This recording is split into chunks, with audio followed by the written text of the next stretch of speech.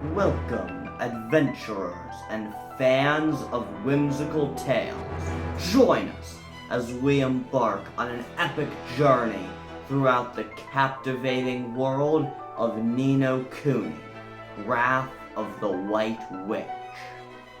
In this video, we'll embark on an in-depth exploration of this beloved role-playing game that seamlessly blends the creative genius of the stellar Level 5 games and the legendary Studio Ghibli.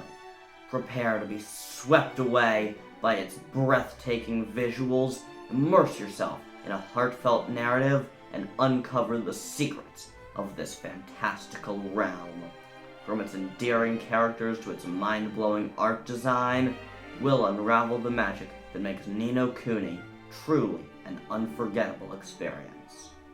So grab your spellbook, say goodbye to the ordinary, and let us venture forth into a world where imagination knows no bounds! The game opens with an absolutely beautiful 2D animated cutscene of our protagonist, Oliver, in his hometown of Motorville. Unfortunately, most of the cutscenes in this game are not this gorgeous 2D Ghibli style, on account of that being very difficult, and this game being long as hell, but they are still really cool when they do appear. Following this, we meet Ollie's best friend, Philip. He tells us that something he's been working on for a while is finally complete, so Ollie needs to make sure to get out of the house tonight. Well, we head home and we meet his mother, Allie. Hold on to that name, it will be very important later. Once she's in bed, we sneak out to go see the Filmobile. Philip here's a right little mechanic. He built his own car, and if he weren't such a colossal dick, I would actually probably like the kid. Oliver runs out to check that the coast is clear, and he's warned of a staring Mary who never leaves her house. Trust me, she'll also be important. Then, when Ollie's about to run back and tell Phil the coast is clear, a little green-haired girl, almost ghostly looking, appears. She doesn't introduce herself, but she tells Oliver, using his name I will add, "Don't go, it's bad," although what she means by this isn't at all clear yet. Well, she vanishes into thin air, and Oliver gets the first ride in the Filmobile. And then a wheel pops off, the car falls in the river, and Oliver gets stuck as he doesn't know how to swim. But his mom, with her telepathic powers or something, realizes where he is and runs out just in time to save him. But then, with the cold of the river, Allie's heart gets shocked enough that she fucking dies. Oh my god. I knew this game was intense, but I was not expecting it to absolutely break me within the first half hour. Hot damn. Well, I'm not the only one that it absolutely broke. Oliver stays in his room for 3 whole days before crying onto his favorite doll, which awakens my favorite character in this whole game, Drippy, Lord of the Fairies. I apologize if I have any Welsh viewers. I am going to butcher Drippy's accent during this whole video. Drippy calls Oliver a proper crybaby bunting, and while it's harsh, it's also absolutely hilarious at the same time, and after that, he gives us some basic world-building exposition.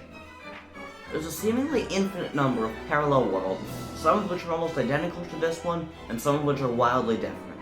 Within those worlds, there are soulmates, people who share a soul across worlds. If one soulmate dies, then something catastrophic often happens to the others.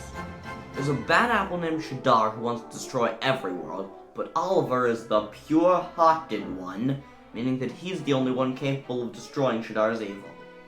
Allie was probably the soulmate of the great sage Alicia, who was defeated whilst fighting Shadar, which is likely why Allie is dead as well. And thus, if you manage to save Alicia, you might be able to bring back Allie. And so, determined to save his mother, Oliver decides to go to Drippy's world and take down the Dark Djinn. With that settled, we just need to head down to the fireplace, where we find a spellbook, The Wizard's Companion.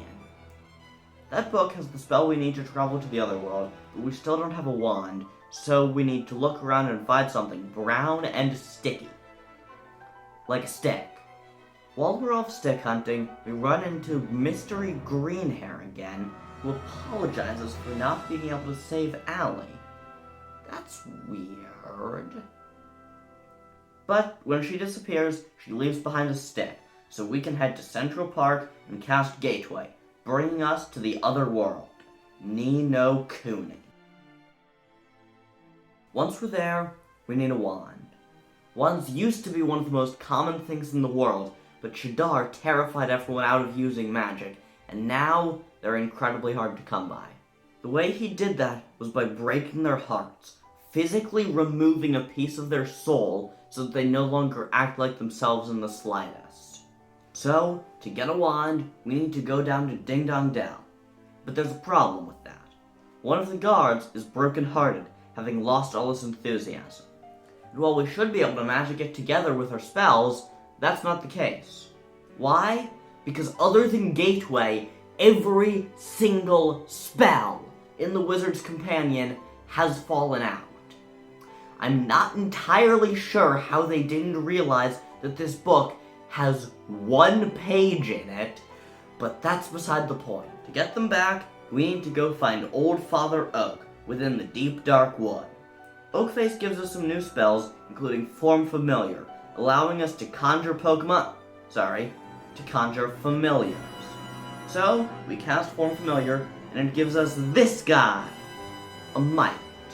So, like, mighty, fruity, ayy!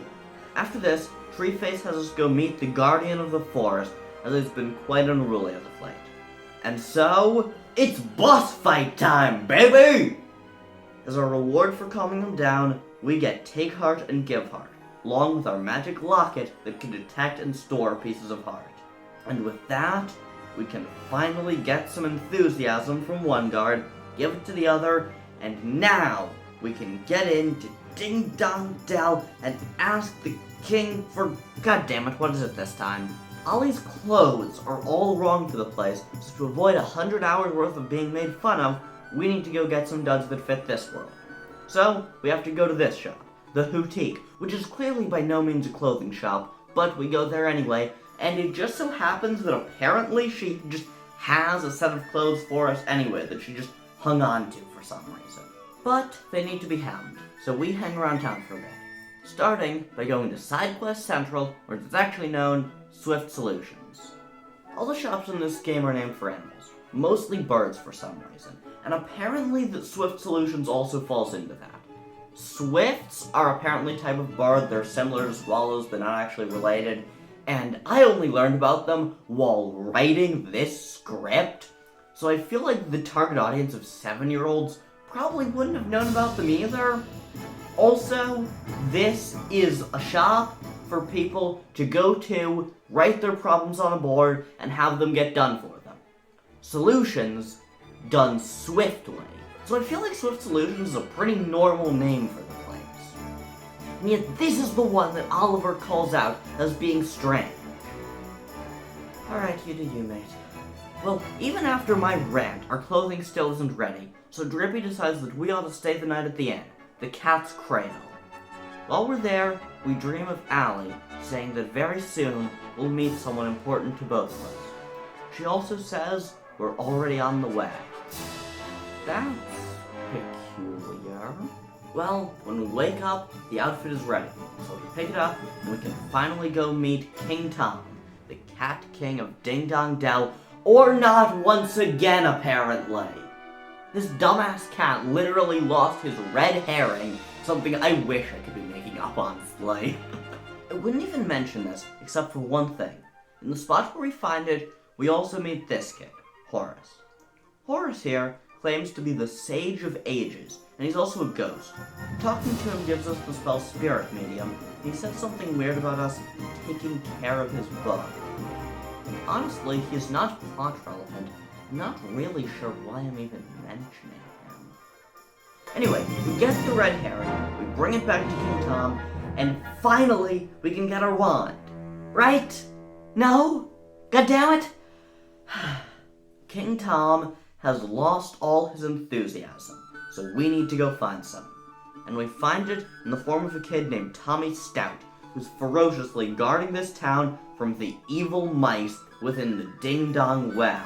Now, we can go back to King Tom, give him some enthusiasm, and God fucking damn it. Now, this dumbass fat cat managed to lose the wand while he was brokenhearted, and he's looking for it while we do more errands, but when we come back, he's vanished and we need to find him. Man, I love this game so much, but Ding Dong Dell has got to be my least favorite part of it. It is just a long series of fetch quests.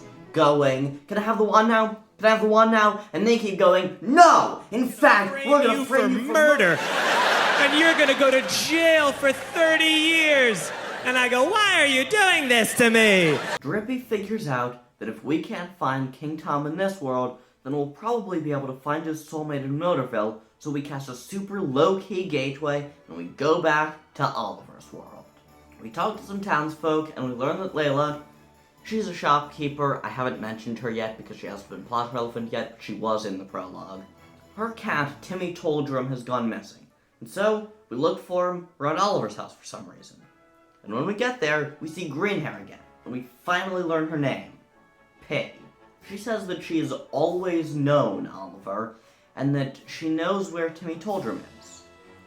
Oh, and for some reason Drippy can't see her either, despite her clearly being from his world. It's trippy. And when we find Timmy, it turns out he was just hunting mice. And that leads Drippy to the only possible logical conclusion. King Tom got kidnapped by mice. Yep, he was out looking for something, and then he got kidnapped by the thing that cats themselves are known for hunting.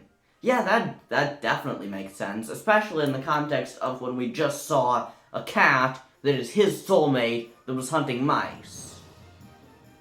Okay, well, I'm not going to question it. Back in Ding Dong Dell, we remember that the Ding Dong Well that Tommy Stout was guarding is full of mice, so we go down there looking for the king. And when we get there, Drippy was wrong! King Tom wasn't kidnapped by mice, he was fighting them for his wand. Because who could possibly have predicted that? Well, as soon as we get there, King Tom gets knocked out, so we have our next boss battle against the Mousekin King, Hickory Dog. He ran up the clock. The clock strikes 1, and the mouse goes down, so we're finally able to get a wand.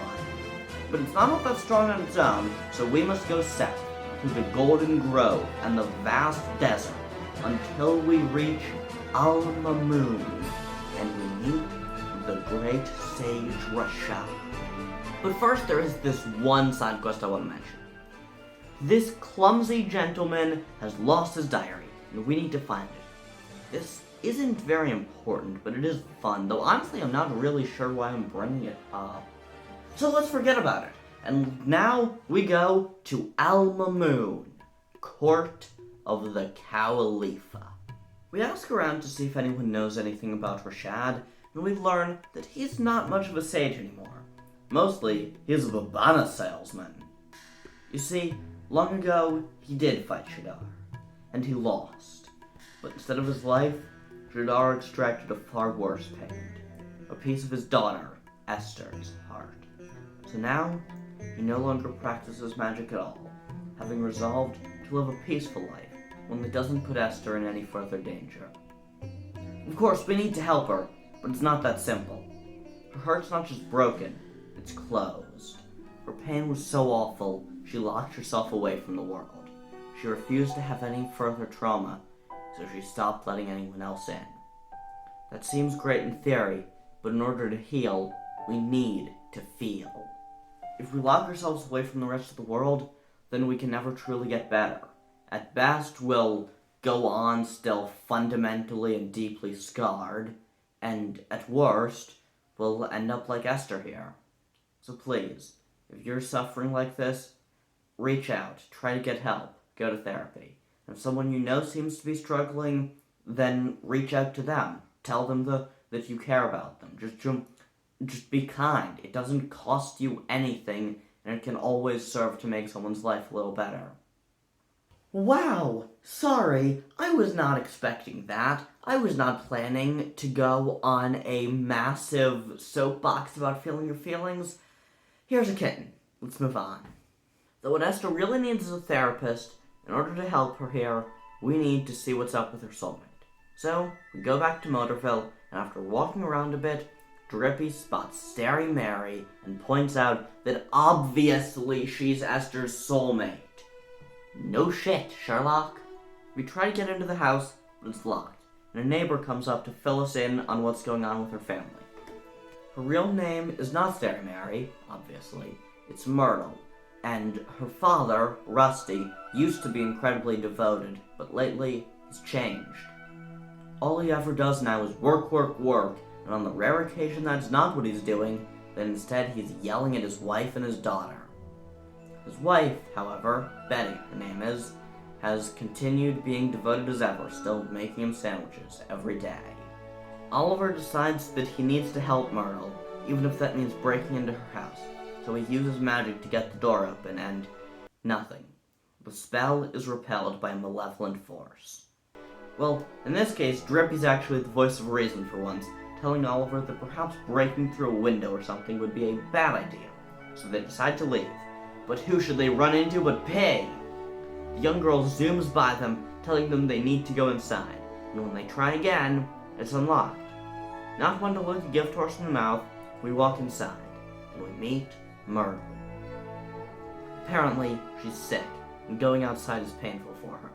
Or at least, that's what she tells us. But Drippy, Lord High Lord of the Fairies, can see that she's fit as a fiddle, and seemingly has been for quite a while. Well, Oliver says that if she can't leave, he'll just have to keep coming back in to see her. But she tells him that her father won't allow it, and just asks him to leave. Once they're outside, Drippy deduces that something is up with her, but it doesn't seem to be brokenheartedness. She's not brokenhearted per se, but she's certainly heartbroken. And how to fix that but going to the source of the problem. Rusty. We go to Rusty's garage, where we see the man is currently an absolute piece of shit, and we're attacked by this thing. This is a nightmare, described by Drippy as an evil spirit that latches on to the souls of the brokenhearted. That's right, Shadar has started coming to Ollie's world, just in the attempt to destroy the pure-hearted one by attacking the people from his world as well. Now, we have to fight to the spirit that was inside Rusty's soul. And even when we do, he's still broken-hearted, lacking in any semblance of kindness. But who here has kindness in spades? Well, that'd be his caring wife, who has continued making sandwiches for him, even when she really should have just dumped the man. So, Rusty doing better, we go back to Myrtle and ask her to come outside with us. She's hesitant at first, but in the end, Rusty himself even comes to tell her something really important. Maybe the thing that was keeping you closed up in here. Maybe it was me. Myrtle was so worried she was the only thing keeping her family together that she decided that if she ever left the house, that would cause her parents to fully split up. Rusty fully actually apologizes, admitting that he was in the wrong. He saw that he was being an ass, did his best to correct it, and apologized, asking for forgiveness but not expecting or demanding it. Be like Rusty. After her dad fully apologizes, Myrtle tries to go outside, and she does! She's not sick! And this story just hit me right in the feels. It's not very big, it doesn't have much of an impact on the broader narrative, but also, okay, I have so many thoughts for this that I'm going to save them for another video, but suffice it to say, wow. But remember, it's not quite over yet. We were here to help Esther, and as it happens, that little spark of courage from coming out here is enough to fill her up so much that she has an excess. And guess what? Courage is exactly what Esther here needs. So, we take some courage from her here, and we bring it to Esther over in Alma Moon. Fixing Myrtle's situation opened Esther's heart enough that she can now be healed. We give her some heart, and she's back to her senses. And once again, her father apologizes for screwing up fully taking the blame for losing his own courage as well. Wow, this game just hit me with the 1-2 punch of good dads. Damn. After this, we get a bit of exposition about a thing called the Clarion, or as I call it, the MacGuffin instrument. Basically, it's a thing that uses elements from all three kingdoms to form. Trust me, it will be important later, it's just not that interesting. Esther joins the party, and Rashad reveals what we must do in order to defeat Shadar. We need to take on the Temple of Trials. And now, we meet the second greatest character in this game, after Drippy of course, the Supreme Sage Solomon!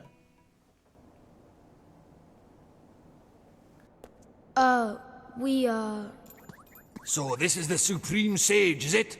Ahem. Your Honor, we have come to perform the trials.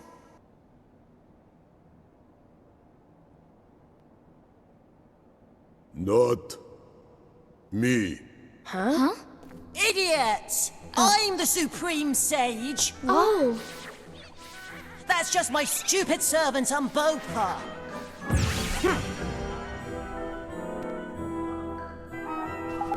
Solomon tells us about the three trials we must take. The test of friendship, the test of wits, and finally, the test of strength. None of these are interesting or important enough to merit me talking about. The only thing that matters is that in the end, we gain the ability to catch Pokemon, to tame familiars. And now, as we're right about to head back to Elm Moon, all of a sudden, we see that Old Smoky, the nearby volcano, is erupting. That's terrible, awful, we need to do something. In 6 to 8 business days. Before that, we have some side quests to do. First of all, is this guy again, Horace. Remember him? He has a simple reading comprehension question for us. No, I'm not joking. And when we're done, he gives us another spell. Not super important, but after this, Diary Guy has returned. Remember him? He has lost his diary once more, this time at the foot of Old Smoky.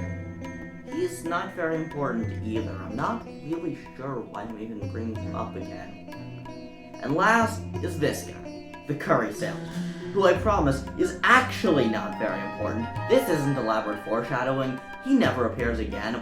I just love this man so much that I have no choice but to bring him up. Look at him! He just loves selling his curry so much! It's beautiful! Okay, I'm gonna interrupt myself for a second. Horace and Journal Man will be in every single town going forward, and I am done trying to find contrived ways to interrupt the narrative just to bring them up. Suffice it to say, remember them both. They will be important in the post-game. But finally, after all of this, it's time for us to return to the active volcano that's been threatening this place. Truly a victory for the forces of justice! As we walk around an active volcano, Drippy at one point tells us something. This planet only has 5 more minutes before it explodes! Wait, is that the wrong show? Okay, but actually though, the volcano will erupt in 3 minutes if we don't move quick. So we do, we rush, as fast as we possibly can, and Drippy was lying. He just wanted us to get a move on. Oh well. But what's this? It's flipping Shadar! He is the one who unclogged Old Smoky, he's the one who summoned Moltan, and now he's... Okay, no, he's disappearing, but now Moltan is the boss we must fight. So we do. It's not that tough of a battle, though Esther is completely useless on account of wasting all of her MP super early. And once Elm Moon is safe, we return to inform Rashad of that. He tells us where we need to go next. Hamlin. But to get there, we need a boat. And to get one of them, we need to head to Castaway Cove. We walk in, and immediately we witness a daylight robbery! Poofy Hair here is stealing this massive pot, so we run after him, chase him down, demanding it, and in exchange, Poofy gives it to us. Like he forgot why he stole it in the first place. We bring the pot back to the peddler, but the guy insists we keep it. After all, it refuses to open, and sometimes it produces spine-chilling clatters. He doesn't want it, so giving it to us is a token of gratitude is the least he could do. But according to Drippy, that clatter means this ain't no ordinary pot, this is a cauldron! And to open it, we need simply to say the magic words, "Open Sesame!" And when we open it, we meet our new genie, Alchemy, who shall judge our worth in battle. When we beat him, he immediately stops being Cloud Elephant. I will never mention him again, but if I didn't mention him here, then I wouldn't have set up Poofy Hair, and he will be important. After a bit of outfit confusion, apparently everyone in this town is required to wear a swimsuit 24/7, we finally go to a ship, the Sea Cow. We tell the captain, Sinba, that we need to sail so we can defeat Shadar, but he clearly doesn't believe us, and mockingly tells us that in order to sail, we need a letter of passage from Her Majesty, Queen Lola of Alma Moon. So we head back to her palace, where unfortunately, she is unable to hear the requests of her subjects, as she spends every second of every day either eating or sleeping. So, we need to find her soulmate, but as we're unable to find out what she looks like, this is quite difficult. We're wandering around town, when suddenly, we get stopped by Khan the Artist, a name I couldn't make up if I tried. He runs up to Esther, telling her that she looks exactly like someone he's trying to paint. Well, actually, he runs up and says that her nose looks like the nose of someone he's trying to paint, but she interprets it as just she looks similar to the person he's trying to paint. And when we stop in at the cat's cradle, we see who he was thinking about. Her Majesty. Personally, I think it's flattering, but Esther clearly does not seem to agree and gets very cross with the man. Unfortunately, the very amusing talk gets interrupted by Oliver figuring out that the Califa must be Layla's soulmate. So, we go back to Motorville, and before we see Layla, we see that Myrtle has started working for her. God, I really like Myrtle, so that just fills me with joy. Myrtle tells us that Layla is out jogging, having started exercising so that she can eat even more of her favorite food. Cheese! Copious amounts of cheese, which as we soon learn, she refuses to give even a single bite of to anyone. Well, we figure out it's pretty safe to assume that if Layla loves the stuff, then chances are so does Lola. So, the team heads back to Alma Moon, where we use magic to make some cheese using the giant milk fountains, don't question it, this is Studio Ghibli, and bring them to the Califa, who we can finally have an audience with now that we've brought our favorite food. So, we walk in, Oliver literally climbs on top of her belly to feed her some cheese, and Drippy figures out that she must be broken-hearted, having lost any semblance of restraint. The team decides to look for someone with restraint, and the shopkeeper tells them that if anyone has restraint, it's Abul, her trusted advisor, who put up with all of this, and while I agree, I also call bullshit. Discrepancies aside, we get Abul's restraint and give it to Lola, and now that she can think of anything other than cheese, she gives us a letter of passage for her floaty woaty, as well as a picture of the great sage we're looking for off in Hamlin. With that, we leave Alma Moon, but it appears that Poofy Hair was spying on us. Well, let's forget about that for now, because we now go to Castaway Cove, and never mind, I guess. Poofy runs by us, stealing both the letter and the photo. We run after him, but we see that he's trying to get on the ship for himself, claiming that someone is doing it all wrong. That's very interesting, but we don't have time to touch on it yet, because as soon as we get our stuff back, the Nightmare attacks us! The Nightmare tells us his name, Swain, which is great for me, because it means that I finally can stop just calling him Poofy Hair. When we take it out, Drippy realizes that Swain must also be lacking restraint, so we look around and we find that the person with the restraint is actually the village chief himself. So we give him the restraint, and though he's initially still not willing to give us back what he stole, once he learned that Rashad is Esther's father, not only does he return our things, but even fully joins the team. Swain is a really interesting character. Despite my jokes about Drippy and Solomon being my favorites, Swain is easily my favorite character in terms of actually writing wise, not just funny, because he has so much depth to him. He has so many layers. He's like an onion. He has layers, and when you unpack them, you cry. And now we can finally board the Sea Cow, where we set sail for... Shit, is that Shadar? Yes, as a matter of fact, it is. Shadar shows up and takes us out very quickly, sicking on us something called the Eye of the Storm, which gets shipwrecked on a mysterious island that Drippy doesn't seem too keen on exploring. Unfortunately for him, we have to.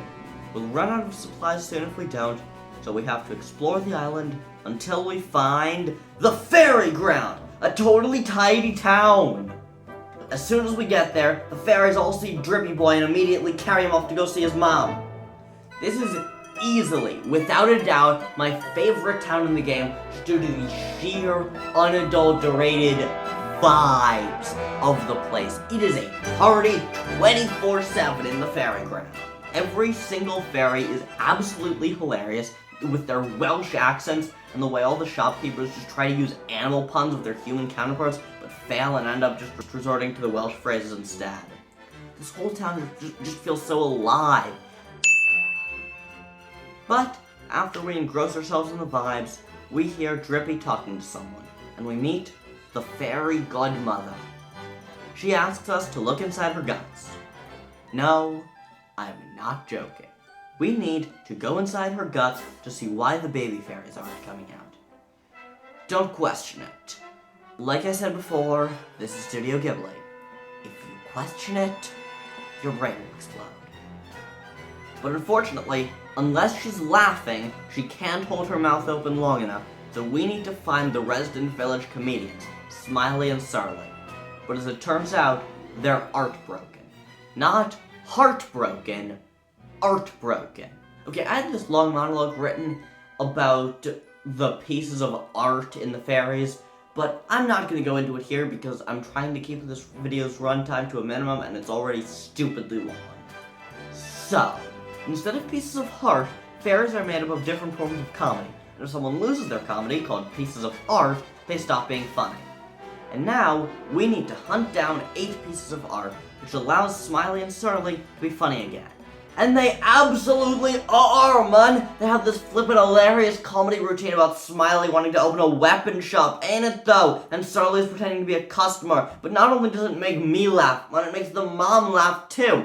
Laughing her flippin' head off she is, so hard we can get inside her guts. Is that a fucking cannon?!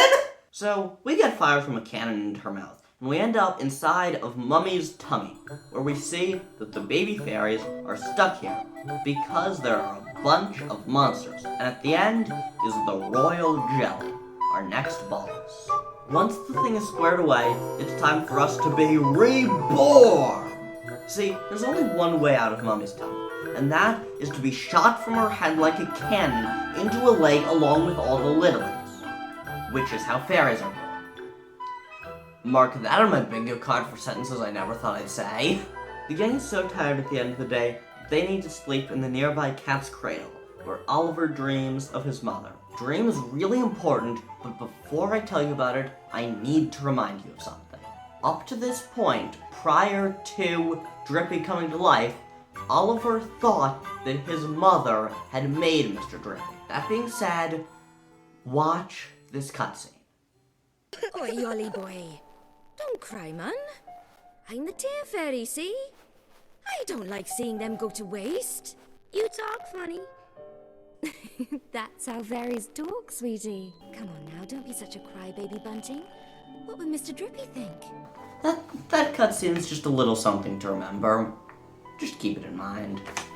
When we wake up, it's time to leave. But Drippy looks so happy around the littlies that we don't want to drag him away, so instead we fucking abandon him. The actual instruction is leave Drippy behind and head back to the ship. And it fully looks like that's what's gonna happen right up until...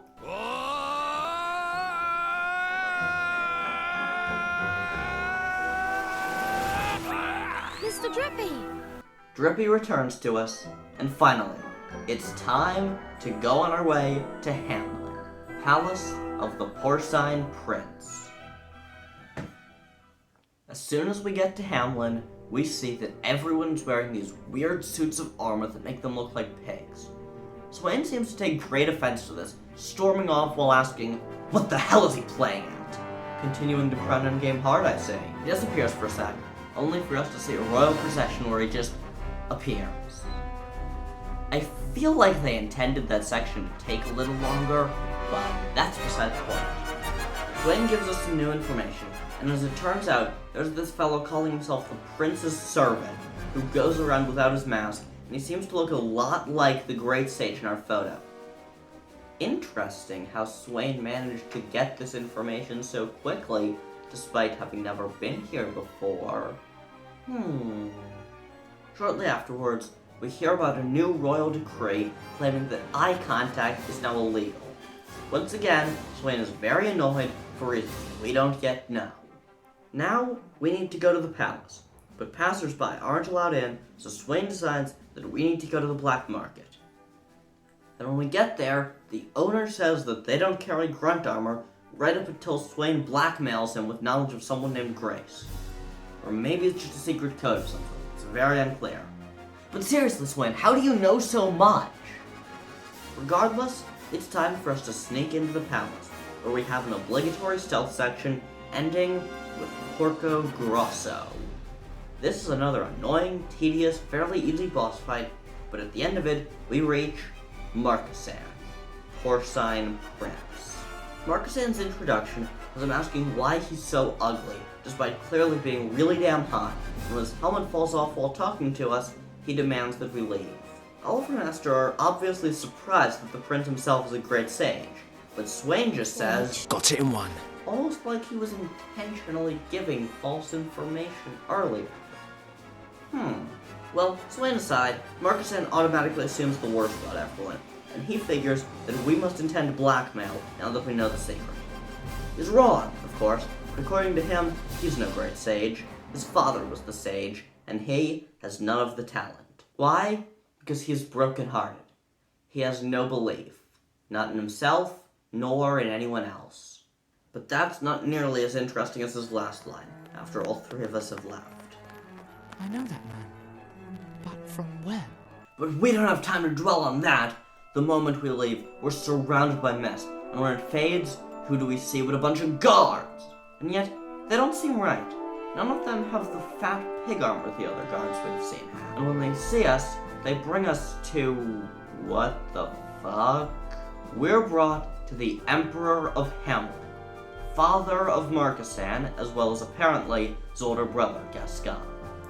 We have been transported 15 years in the past. Also, speaking of Gascon, Swain begins to say that he was never really as loved as Marquesan. Interesting.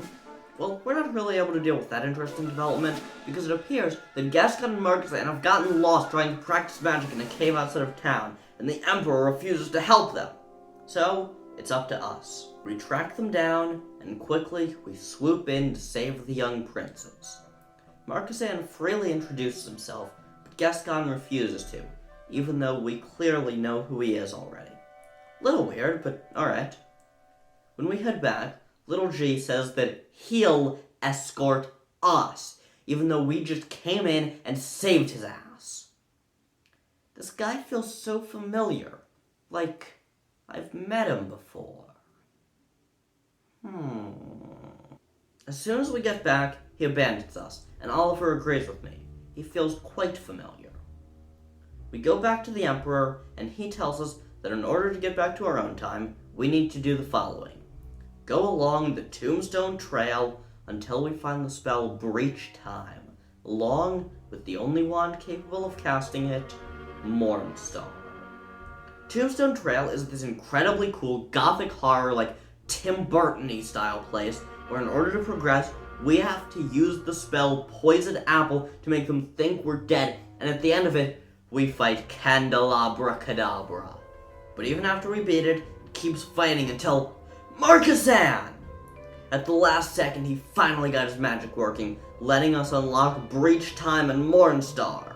What's this? This guy brought us here? Okay, this is Gallus. He is part of the Council of Zodiarchs that work for the titular White Witch. They have appeared in a few cutscenes up to this point, but I haven't mentioned them because all they do is talk to Shadar about his failures and foreshadow things that are going to happen very soon anyway. So I don't really bother mentioning them. But now, he is important, at least for a little while. Gallus tells us that he sent us back in time to obtain Mornstar, because in our time, it's been destroyed. Why he wanted to help us isn't yet clear, but he vanishes before we can ask. So now, we need to go back to Hamilton. Most of us do anyway. Right as we're about to get in there, Gaston leaves, saying that he needs to find his own path in life. They return to the Emperor and... oh my god! Oh, the Emperor! Your Majesty! Father! But why? What happened? Shadar. Shadar? Yes, he was here. He came to demand our unconditional surrender. Huh? But let it be known, I defied him. I would not bow to that wretch. No, don't. Don't try to speak. Gascon. Huh? My son. My beloved son. Huh? You really thought I couldn't tell? You knew. Your appearance may have changed, but I know my own flesh and blood. What the future holds is a mystery to all men. But I know that together, you and Marcussan can, I believe it, you protect the Empire, now and in the future.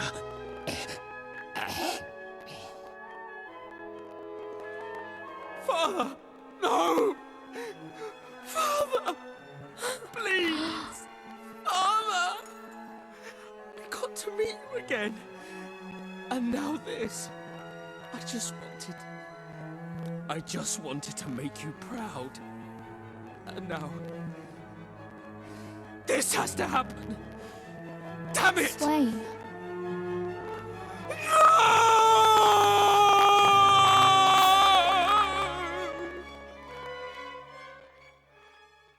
Several days pass. The other three elect to just not mention knowing what they just saw, and they go to say goodbye to Marcussan before returning to their own time. They do, and we see how incredibly strong Marcussan's belief in Gascon is, saying that he wants to make a place that the boy can be proud to call home. His belief is so strong, in fact, that we take heart so we can give it back to his future self. A bit trippy, but I'll go with it. And finally, it's time for us to go back to the future! When we get there, we return Marcussan the piece of heart from 15 years ago, and Swain says, I told you I'd come back and help if you were in trouble, making him realize what we already saw, that Swain is Gascon. Unfortunately, we also learn that Mornstar is still incomplete, and Marcussan let the map with the stones to make it be completely stolen. Specifically, it was stolen by the sky pirate Kublai, who resides in Skull Cave. So that is where we must go next. Of course, sky pirates aren't idiots, so once we sneak on the ship, we immediately get ambushed. They're about to kill us, when all of a sudden, Kublai appears. He spots Mornstar, and he tells his men to lower their weapons. We tell him our story, as well as that we plan to defeat Shadar, and he says that if we can do that, then it should be child's play to defeat his pet, the Red Dragon! He's right, by the way, it goes down very easily. With his pet suddenly defeated, he asks us how we got Mornstar, since it's not supposed to exist anymore, as well as giving us a map of where the three stones are supposedly located. Unfortunately, the spot marked on the map is an island, so small that the only way to get over there would be on the back of his dragon Tangri, who is unfortunately not feeling well at the moment. Why? Apparently, his soulmate isn't doing too well either. For complicated magical reasons, that's stopping him being able to fly. So, we go back to Motorville and we meet a dog named Genghis. And if the name Genghis doesn't tip you off who his soulmate is, then I don't know what to tell you, mate. We also see that Myrtle has gotten better working at the store, and now people around town call her the Dairy Fairy. That's not plot related in the slightest, but like I said before, I just love Myrtle so much I gotta mention anything that happens with her. With some magic, Genghis tells us that his master, a kid named Denny, is in trouble after an injury. The gang figures out, which should be obvious to us, Genghis is Kublai's soulmate. They assume that in that case, the tables have turned and Denny must be Tengri's soulmate, presumably he's brokenhearted. Miraculously, they are right about all of this, and we fight Denny's nightmare, the void of confidence. And who do we know that has confidence in spades? Why, Captain Kublai, of course. He gives us a huge helping of confidence, and when we go back to Denny, he's feeling better. So we need to head back to the otherworld. But before we do, Oliver decides to give Layla a visit where... What the hell? Okay, barring the fact that otherworlders can't see P, but motorvillians can, this actually doesn't really impact the plot. It's mostly just here to make sure that at this point the entire gang knows who P is. Back in the otherworld, Tengri has been restored to health, making us his new master. We fly to the island, and none of the stones are there. Instead, there's a riddle. The secret that the map imparts lies not without, but in its heart. In other words, we need to go back to Skull Island and use some magic on the map. This reveals the locations of the 3 stones, which you can go to in any order, so I'll just list them in the order I went to them. First is by far the least interesting. It should be interesting, it's just not really. It is this ghost galleon, where we fight a couple of skeleton bosses, and then they give us the stone, and they disappear, simple as that. Second is the cheerily named Vault of Tears. In this place, we get turned into frogs, and I need you to know something.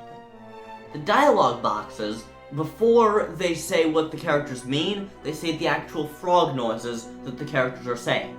And Drippy's frog noise is Rarebit. That means that Drippy ribbits in a Welsh accent. That is not information I knew I needed, but it is information I'm incredibly glad I have. Also, we see a rainbow frog, and it leads us to 2 things. First, there's a place where we get turned back into people, and the other is, Dear God, what happened to you? This is Prince Ali, the Frog Prince. Long ago, he was the ruler of a magnificent kingdom, beloved by all. But his kingdom was attacked by an evil snake, and in order to defeat it, he drank a potion that turned himself into a frog so he could kill it from the inside out. He slayed the beast, but he could not return to human form. He abandoned the kingdom as well as his princess. The princess went to the tomb where the prince had slain the serpent and waited, weeping for her lost love. In the end, they waited forever, but he found himself unable to die. The kingdom was destroyed, but he survived forever, until one day, the serpent Apep returned, brought back to life by Shadala. There's only one way for us to potentially bring him back to his human form. We must once again slay Apep. So we do. Apep goes down, we get the next magical stone, and then Prince Ali becomes human again. Plus, it turns out that the rainbow frog was Yasmina, his princess, and she becomes human again as well. We return to Alamoon, and we let the happy couple have some alone time for reasons that Oliver doesn't understand. I'm just gonna let that one sit there. Last is the Stone of the Glittering Grotto. We go down to Yule, where we meet these adorable guys. These are the Tumpties, who live up here because it's the only place cold enough for them. They speak in an adorable broken English, and really they're just amazing. Plus, one of them is actually important. This is Ake, pupil of Oliver's biggest fan, Professor Tabitha. Tabitha is a little creepy, having followed Ollie's journey continuously by reading about it in the paper, but at the same time, it's mostly just sweet. Unfortunately, the reason we're here is to get to the Glittering Grotto. In order to do that, we need permission from the village elder. So we go to his house, where he gives us some snazzy winter coats and a blessing. And with that, we're able to trek through the grotto, until in the end, we fight Sir Boreas, servant of the Wizard King and keeper of the Stone. When we beat him, we get the final stone, as well as some other vague, cryptic hints about the Wizard King. Finally, with the stones in our possession, we return to Kublai, only to discover that the stones don't fit, because Mornstar's wand shrunk to fit Oliver's hand. So in other words, magic wand, make my Mornstar shrink! And so, we must return to Hemelin to tell Markisan of the predicament. But unfortunately, size isn't the only issue. The Mornstar of 15 years ago can't be easily combined with the stones of today, and the only person capable of fixing it is the great sage Kulan, former ruler of the lost kingdom of Xanadu. So now, we need to go talk to Rashad, see if he knows any... Wait, what? Yeah, so we suddenly see this woman here, the ghost of a Xanaduvian guard. She was supposed to protect the queen, but when Shadar ravaged the land, he broke the hearts of every single person who lived there, causing them to turn on one another. But now that she's dead, she can sense Kulan still lives, somewhere on the continent of Autumnia. So we search, until eventually we find Perdida, the Lost Land. When we try to enter Perdida, we're blocked out until we tell the guard about Ghost Lady. But even once we're inside, we still aren't allowed to see Kulan, as she's preparing for a sacred ceremony. We walk around a bit, and we see that the entire town is broken-hearted. Everyone, that is, other than a little girl named Nina, who it appears is going to be in the aforementioned ceremony. I hope I don't need to tell you, at this point, what that ceremony is. Okay, here's a quick note I just realized. I don't want to throw off the whole thing of this list, but at the same time I totally do. There is this one old woman, she appears to be like Nina's grandmother or something, and her name is Anciana. Anciana is Spanish for old woman, and this whole town frequently uses Spanish terms in their dialogue, which means that someone consciously named their daughter Old Woman, which I find very funny. But now that little Nina knows about what the ceremony actually does, she doesn't want it anymore. Kulan, on the other hand, is committed to giving everyone her blessing, and thus summons a nightmare to force it. We of course fight the nightmare, and we see what she's missing. Love. Now we need to cast— wait, shit! Shadar? Again? Are you kidding me? Yeah, so as it turns out, Shadar made Kulan like his servant or something, breaking everyone's hearts for him. And shit's going wrong when all of a sudden... Sorry to keep you waiting. the King Sky Pirate himself shows up, and from the looks of things, he saves her from Shadar by throwing a knife. Alright then.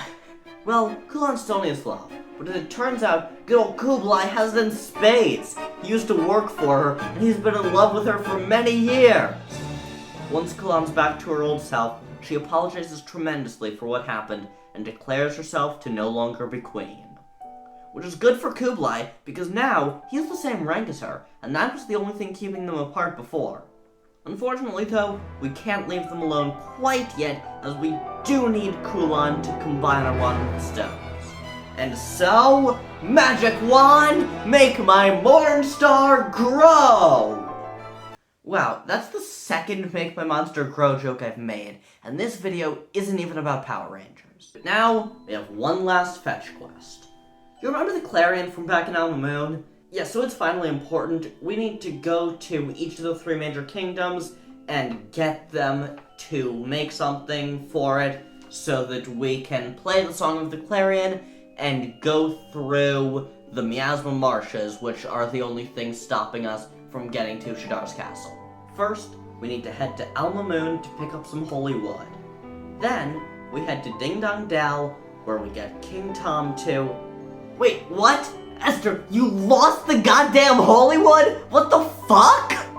Okay, so, now we need to look around for anyone who might know where it is, And as it turns out, it was stolen from us and sold to the quartermaster. He tells us that he got it from a little mouse named Pip, who we need to go find. Pip claims that in order to make his dreams come true, he needed to sell it.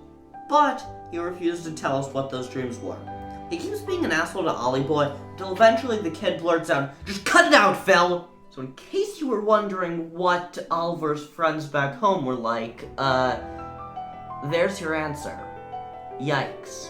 Also, that's a handy-dandy reveal of the kid's soulmate. Obviously in this game, someone acting like this means soulmate problems, so we go find Philip.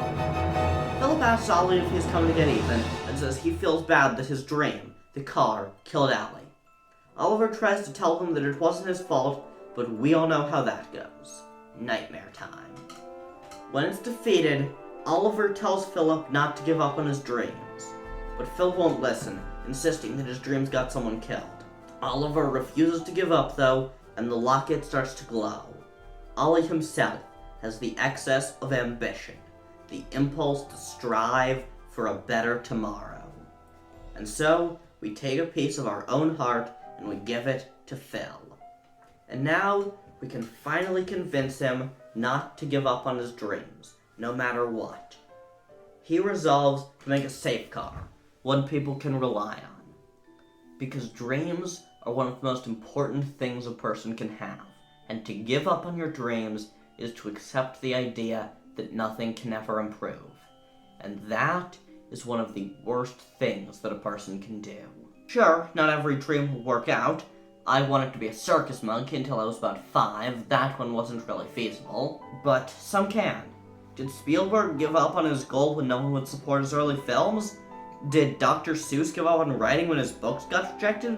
Did Scott Cawthon give up when he was told his games were shit? No! They kept going.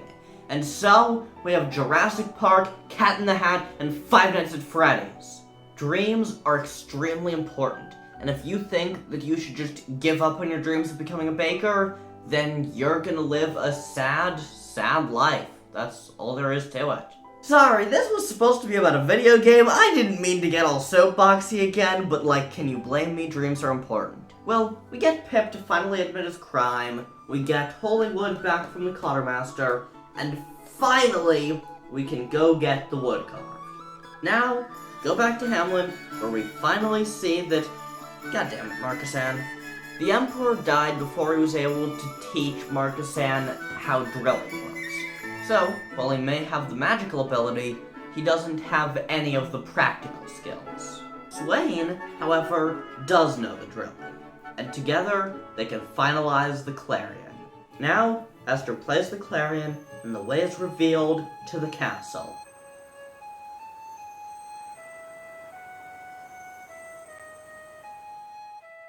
There's a short cutscene wherein Shadar sends out this freak of nature, Vileheart, to reveal to Oliver the truth. And when we get to the end of the marsh, we learn what that means. Vileheart fights us, and after being defeated, he drops the soul snare. Oliver goes over to it, picking it up. Surely not. You know you will never return. Not to this time. I am well aware of that. I am ready. Damn you! Today, tomorrow, yesterday. I'm from somewhere far away. I'm going to take care of you, sweetie. You'll be okay. I know you will. Be good now. For me. Yeah, so Allie and Alicia were the same person, as maybe you could have guessed from some of the stuff that I put in there. But, yeah, so this knowledge sends Ollie into a fucking coma. When the screen comes back in after this cutscene, he is out cold, and Esther has lost count of how many days have passed. And after this, we fully take control of Esther for a little while. Just long enough to walk over to Swain, where he lashes out at her because, well, okay, he's also sad and just dealing with it differently. Oliver helped them both, and now there's nothing either of them can do. Nothing they can do but die, that is! Vileheart shows back up, and we have an epic... Oh, never mind. We go back into Oliver's head, and he asks if all he's done was really for nothing. But it wasn't. Of course, it wasn't. P appears and shows him all the people he's helped, and the power of his heart awakens the true power of Mornstar, as well as giving him the spell of the same name. We fight Vileheart once again, but with the aid of a beefed-up Mornstar, and the Mornstar spell, it's a piece of cake. And now it's time to cross the marshes once more. But first, I'm gonna break my own narrative one last time. Please, for the love of God, if you haven't yet done all of the Journal Man quests and all of the Horus quests up to this point, go back and do them. They each have one more between here and the post game, but if you don't do them now, things are going to start to get a bit screwy. But, with that being settled, it's time for us to enter Shadar's Castle Nevermore. This place rules. I'm not going to go into it too much, but as soon as it appears, I said out loud, "You got your Tim Burton in my video game!" After only a few minutes of walking around, gravity took to shift until we are quite literally upside down. I don't know or care how that works. Once again, Ghibli, don't question it. And when we get to the end, we see a very familiar looking hallway. This is where we saw Alicia go to the future. And now it is time to fight Shadar. But first, we learn something. Oliver is Shadar's soulmate, and if one of them dies, so too shall the other. But Oliver doesn't care, and so the fight begins against Shadar, the Executor. But when the fight is done, Shadar's nowhere close. He casts a spell, one that we used very early on in the game. Form Familiar, and he summons his evil Fruity, Eternal Night, the darkest demon of despair. I'm not joking about it being an evil version of Fruity, by the way. In addition to having deliberately similar weapons, Eternal Night mimics Shadar's appearance in the same way Fruity does Oliver's. Also, his primary attack is Onslaught, which does the same cut from a distance thing that Fruity's cut loose and slash dance attacks do. It's clearly a parallel, and it rules. No matter how cool it is, however, good will always triumph. And so, we must fight the final foe, the Dark Djinn. Shadar goes full-on kaiju in this phase, and is sick, delivering blow after blow after blow, demolishing our teammates quickly. But in the end, we still win, and Oliver disappears along with him. Suddenly, we're shown a cutscene. A boy named Lucian is practicing his magic, but then he's tasked to destroy an entire village. He refuses, saving a little girl and giving her his pendant. As he soon learns, however, that girl was the daughter of the sage that he was supposed to hunt down. He is punished, and he wanders for a while, deciding that there is no good left in the world. There is only despair. The White Witch comes in and tells him that despair will engulf the world as she makes him the Dark Djinn. We see Oliver and Shadar in a white void, and oh my god, what is that face? I guess that's what happens when you're immortal but not ageless. Shadar tells Oliver that he must leave, but the pure-hearted one must remain. And thus, he severs the link between their souls, keeping Oliver alive while allowing himself to die. The gang is genuinely sobbing, but Ollie comes back, telling them that in the end, Shadar wanted to protect the world. He was simply driven mad by despair.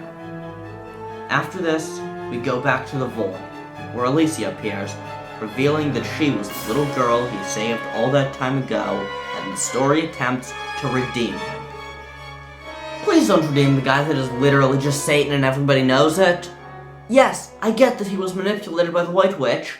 I promise she will eventually be important. The game isn't called that for no reason. But that does not excuse all of the horrible, horrible things this man did. I may not think that Batman Begins is a very good Batman movie, but it got one thing extremely right. It's not who you are on the inside, it's what you do that defines you. And what this guy did was break the hearts of like 50% of the entire fucking world. After this, there's one last 2D animated Ghibli cutscene, and I'm just gonna play the whole thing, because there's no other way to do it justice. The castle!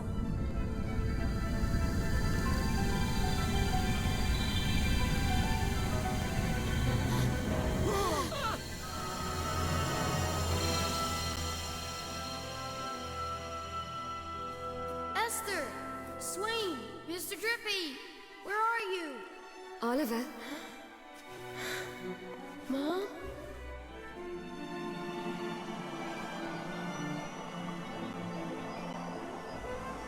you've grown so much, Oliver. Mom! I know you'll be fine now. You don't need me to look after you anymore.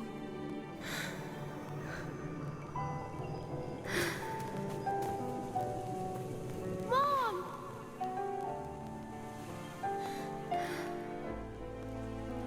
Oliver, you did so well, sweetie. This is a pendant someone gave me a long time ago. I know. I want you to have it.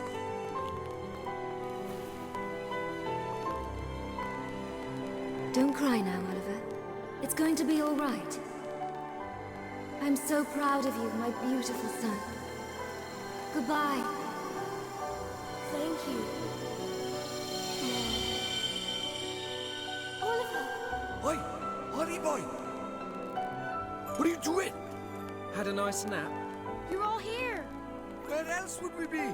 You just collapsed all of a sudden. We were worried. Sorry. Yet a load of that. It's so beautiful. It's like everything's awoken from a long sleep. Ain't it? So our tale's at an end. Mom, you gave me the greatest gift of all. My life. Right, you lot. What's next? Let's go see what's going on in the world. Yeah, things should be back to normal now, huh? Only one way to find out. Tidy. Oh, well, I don't know what's going on now.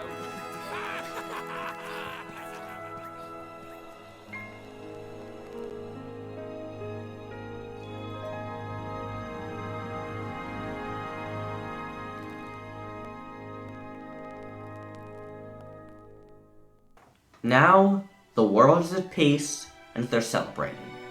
Yep, this'll definitely last. Totally. 100%. Definitely. Well, they're in King Tom's palace, and Oliver says that he wants to go home. So the king has an idea that they'll make the savior of the world's departure part of the festivities at the end. So, we walk up to King Tom, and we choose to, and I quote, leave everyone behind and return to Motorville. Wow, game, judgy much? But as soon as Oliver casts Gateway, some ash starts falling. Mana. The White Witch tells us that the gift of mana shall cleanse our tainted souls. If by cleanse us she means turn us all into monsters, then I guess she's right. But who should swoop in at the last second and save the day but Marcus-san? He saves the day, warping us away, and bringing us into the final act of the story. On the way out, Oliver passes out again, and he dreams of P telling him, the ash is falling again, I have to go back. He jolts awake, and he sees where we are now. The Iron Wyvern, ship of the Sky Pirates, and the only place left unaffected by the mana. After some brief discussion, Oliver figures out what he needs to do. return to Motorville so they can find P. We do, and we find P on Oliver's bed, sobbing that the mana was her fault. Why she thinks this is kind of unclear, but we take her back to the Iron Wyvern and... Wait, what? The ship has been overtaken by the mana! Swain is about to start shooting, when all of a sudden, P lunges forward, shouting, Sanctify! Well, now they can all see her, and Drippy tries to explain why they can now but couldn't before. It doesn't help, as I'm pretty sure I've said already, this is Studio Ghibli, it's best just not to question it. Suddenly, Gallus appears, telling Oliver that his power was what awoke P. What the hell that means isn't clear yet, but he also says that she's the solution to our problem. Then he vanishes. So now, we gotta head to each of the 3 kingdoms and heal them, starting with Ding Dong Dell. We fight through a horde of civilians, and at the end of it, we must fight His Meowjesty King Tom! So we do, and we sanctify, and when we're done, we see that P picked up a flower. And within the flower, there's a memory. There are 2 more of these, and neither of the towns have anything interesting happen in them, so I'm just going to describe this continuously as to not be interrupting the narrative. We witness P at the grave of her father, the Wizard King. And when she rises to the throne, she becomes known by her true name, Queen Cassiopeia. And she is referred to as Your Radiance, a title we had before heard only in reference to the White Witch. That's interesting. Oh, I just realized I haven't mentioned the Wizard King up to this point. He's been mentioned, but he's never really been important, so I've neglected to say anything about him. Here's what we know about him so far. He was the father of the White Witch, he wielded Mornstar, and now he was the father of P. Also, he was the ruler of an ancient civilization called Nazca that collapsed long before the events of the game, like so far back that Drippy doesn't even remember anything about them. Also, the system of Nazcan writing is what was written on the old stick we found at the beginning of the game. That's interesting. Plus it's mentioned here that she's being a figurehead queen, but the Council of 12 will be who's really in charge. That name doesn't mean anything yet, but it will. When Cassiopeia is a teenager, she wants to be involved in affairs of state, so the council lets her sit in, while they still make most of the decisions. Then, Cass finds a spell that's supposedly able to mend the hearts of her people. Mana. Of course, mana doesn't do anything it's supposed to do. Instead, it turns her people into monsters, after which we finally get some exposition. Cassiopeia was the queen of Nazca, but not realizing how awful the council was, she let them control everything, until her people were in such awful conditions there was nothing she could do. So instead, she used the spell mana to try and save everyone. But it failed. She didn't realize that mana required a terrible sacrifice, and her sacrifice was the lives of her kingdom. Everyone it touched was turned into a monster, and after a year or so, she was completely alone, with no one left in her kingdom. But she can never die, so she put her memories into those flowers, hoping that someday someone will find her. After these, we learn where the next spot we need to go is, the lost island of Nazca. And once we're there, we find a location called the Ara Memoriae, which gives us one final memory. She sat alone for years, possibly decades, maybe even centuries, until one day she saw a reflection of her younger self, little P. Unable to bear the sight of what she once was, she banished the youngling, claiming the title of the White Witch. With her new council, the Zodiacs, she realized she could destroy the world in an instant, which brings us to the present day. Upon seeing the final memory, the White Witch calls down from the heavens, saying that she will destroy the world. Cherry! In the process, she also reveals to us her castle in the sky, the Ivory Tower. Okay, one last time, I'm gonna interrupt my narrative to tell you about side quests. Horace is back in Ding Dong Dell, and Journal Man is finally in Castaway Cove. Now, please, go do both of those quests, otherwise their dialogue will make no sense when you try to do them in the post-game. I promise you won't regret it. Now, back to the story. We fly to the tower, and when we get there, we travel through until we again see Gallus.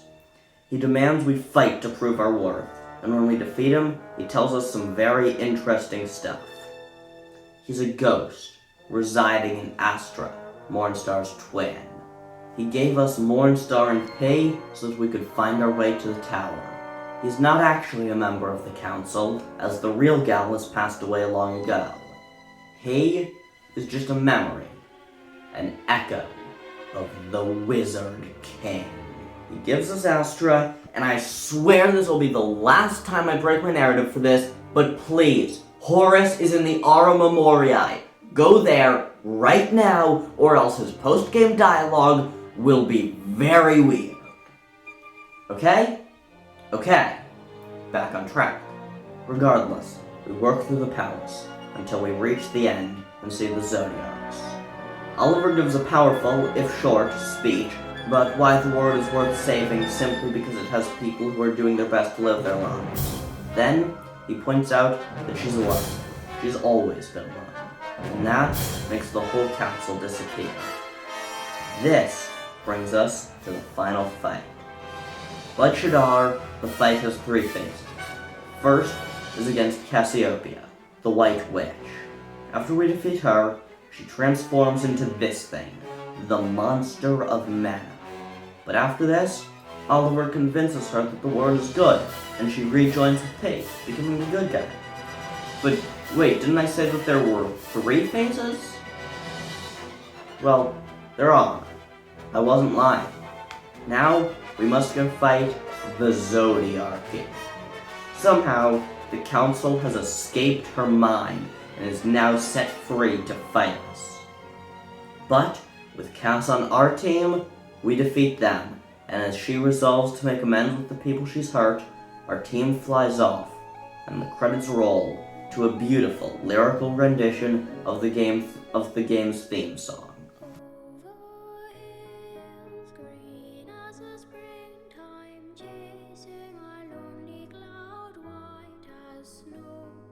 But wait, what's this? This video still has X minutes in it?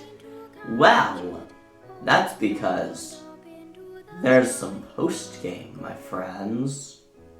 I want to give you the full story of what Horus tells you in the post-game. I really do. It's so cool. But I can't. This video is already stupidly long, and I'm trying to keep this under like an hour and a half. So, I'm gonna give you the short version. Nazca was a prosperous kingdom, but the prosperity couldn't last, and it broke out into a harsh series of wars, the Wizard Wars. But near the end, one man swooped in, a powerful wizard capable of dual-wielding wands, the Wizard King. He hid away one of his wands, Mornstar, in the Tombstone Trail, splitting up its stones among 3 trusted guardians. Sadly, the power caused all 3 to go insane. In time, Horus became a member of the Council of 12, going by the name Gallus. However, when the other 11 had the king assassinated, he refused to stand idly by, and he fled, attempting to raise an army to help him defeat the council. However, in doing so, he neglected his other job, teaching young Princess P the ways of magic. He even made a spellbook for her, and in his haste, included every spell, even the forbidden spell, mana, but he was unable to teach her not to use it. Said book was called The Wizard's Companion, and now it is in our possession. There's one last quest that's pretty notable.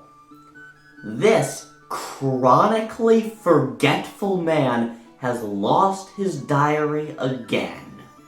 Honestly, I'm not sure why I'm even bringing it up. This isn't that important. What the fuck? This is the conductor. He claims to know Oliver because he's the savior, having taken and given heart in equal measure. But what would have happened without land? Sure, half the world would have ended up broken-hearted, but what of the other half? The ones with stronger hearts? They would have created rifts, the manifestation of imbalance in the world. Rifts don't make any sense whatsoever, and neither the conductor's explanation nor the wiki are any help at all.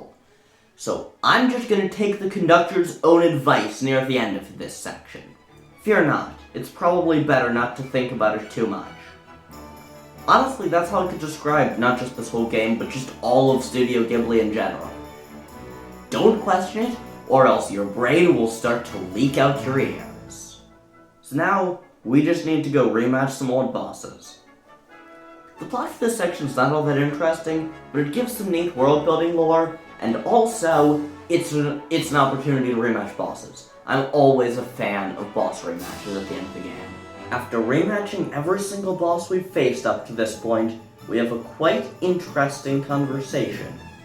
The conductor tells us that fighting all these alternate universe bosses has awakened the Guardian of Worlds. And really, he doesn't even have any idea what will happen if we go meet him. But he asks us one simple question. Are you curious? We are, of course. So we walk down the hallway and we fight the Guardian of Worlds, the true final boss. Once we defeat it, the conductor tells us something very important. The greatest virtue of all, the reason we've spent all this time on the journey, is something Oliver possesses in spades. Curiosity. And now, before we need to go home, the conductor has a little surprise for us. We follow him down the rabbit hole, and we're home? In Motorville? But it's different. Cars can fly, Myrtle's more tomboyish, clocks go in reverse, red means go. It's all off. This isn't just Motorville. This is an alternate universe Motorville. We still ain't in Kansas. But more importantly, this is a world where Alicia never traveled and never gave birth to Oliver, making him simply a lost soul adrift in space-time. And where did the soul end up? Why, in the body of the conductor. So, after one very trippy final cutscene, we're in the driving seat of the Filmobile 2000. Because in this reality, Phil and Ollie never gave up on their dreams. Either of them. And neither should you. So follow your dreams. Or maybe just your curiosity. And go save the world, oh pure-hearted one.